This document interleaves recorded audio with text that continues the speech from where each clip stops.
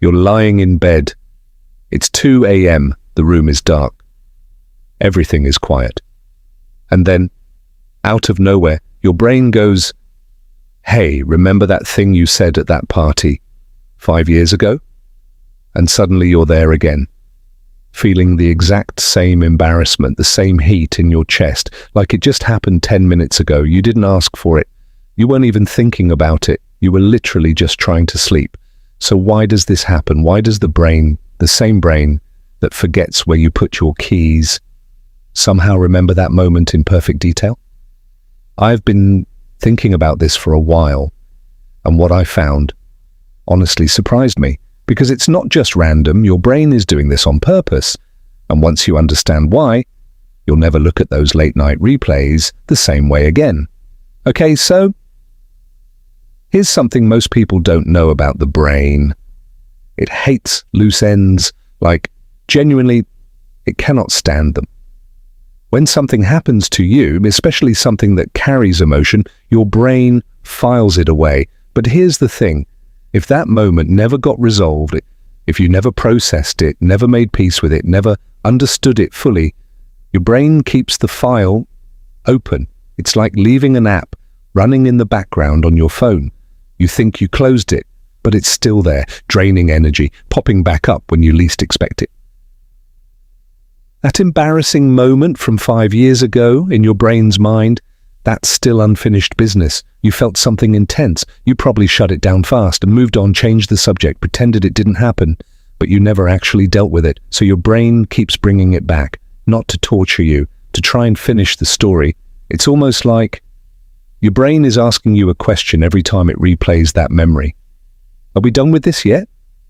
And most of the time, we just cringe and bury it again, which means tomorrow night at 2 a.m., it's coming back. Now here's where it gets interesting, because this isn't just about embarrassing memories, it's also about when they show up. Why 2 a.m.? Why not 2 p.m. when you're eating lunch? During the day, your brain is busy. You've got things to do, people to talk to, a phone screen to stare at. All of that noise keeps the deeper stuff pushed down. But at night, when the lights go off and the distractions disappear, that mental noise fades. And suddenly, all those unresolved thoughts that were quietly waiting in the background, they get loud. Think of it like a room full of people talking. You can't hear anyone specific. But then the crowd goes quiet, and suddenly you hear one voice very clearly. That voice at night, that's your brain finally getting the space to surface what it's been holding. There's also something happening biologically. When you're falling asleep, your brain starts shifting into a different mode. It starts reviewing the day, sorting memories, tagging things as important or unimportant. And emotion, strong emotion, tells the brain, this is important, don't forget this. So it doesn't forget, it highlights it. That embarrassing moment, it's emotionally charged, so your brain treats it like a priority file. And at night, when there's nothing else competing for attention, that file opens. Here's something that took me a while to actually understand about this. We always think the memory is the problem. We just want the memory to go away, right? Stop replaying it. Move on. But the memory isn't really the problem. The emotion attached to it is. Your brain isn't replaying the scene because it enjoys watching you suffer. It's replaying it because there's still an unresolved emotional charge sitting inside that moment. Shame, embarrassment, maybe some regret. And those emotions, they need somewhere to go. The reason that moment still stings after all this time is because a part of you still cares about what happened. Maybe you care about how you were perceived. Maybe you care about what it says about you as a person. Maybe you just wish you'd handled it differently.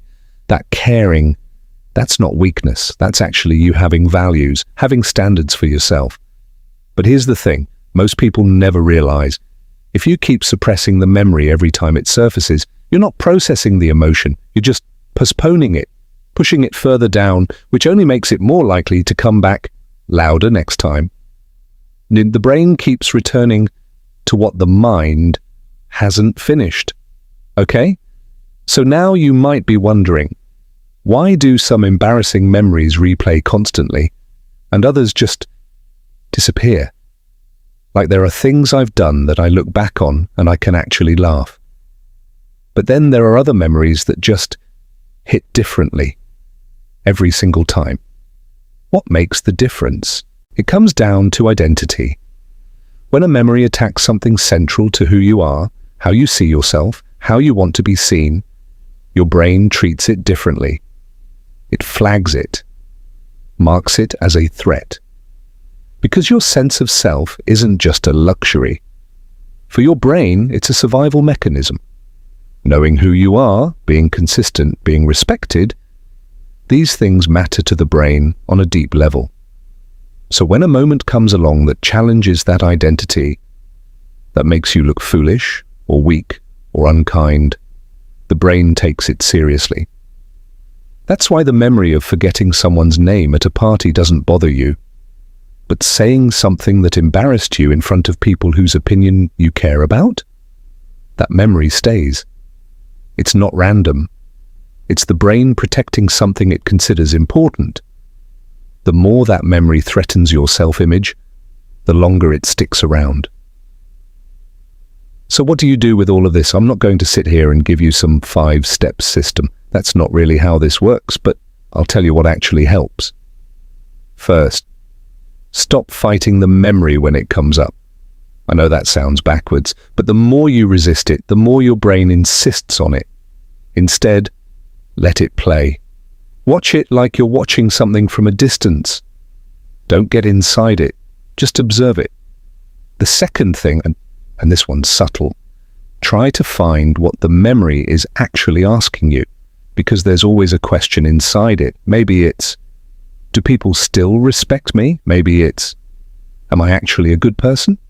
Maybe it's, would I handle it differently now? When you find the real question, you can actually answer it. And that gives the brain something it can close the file on. And the third thing, and maybe the most important, is to practice being a little more gentle with yourself about who you were in that moment. You were doing your best with what you had. That person at that party, or in that classroom, or in that meeting room, they were trying. Maybe they failed, but they were trying. You're not the same person you were when that memory was made. That's worth something. So, why does your brain replay embarrassing memories at 2 a.m.? Because it's still waiting for you to finish the story. Because emotion that isn't processed gets stored, and stored emotion doesn't sleep. It's not a flaw. It's not you being broken. It's your brain doing exactly what it was built to do. Hold on to things that matter till you're finally ready to actually deal with them. The 2 a.m. replay isn't your enemy. It's an invitation. Now, I want to hear from you. What's the one memory that keeps coming back for you?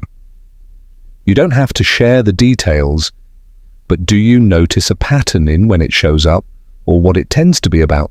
Drop it in the comments, because I have a feeling a lot of people watching this are carrying the same types of memories, just in different shapes. And if this video made you think about something you hadn't thought about in a while, maybe that's exactly where you needed to start.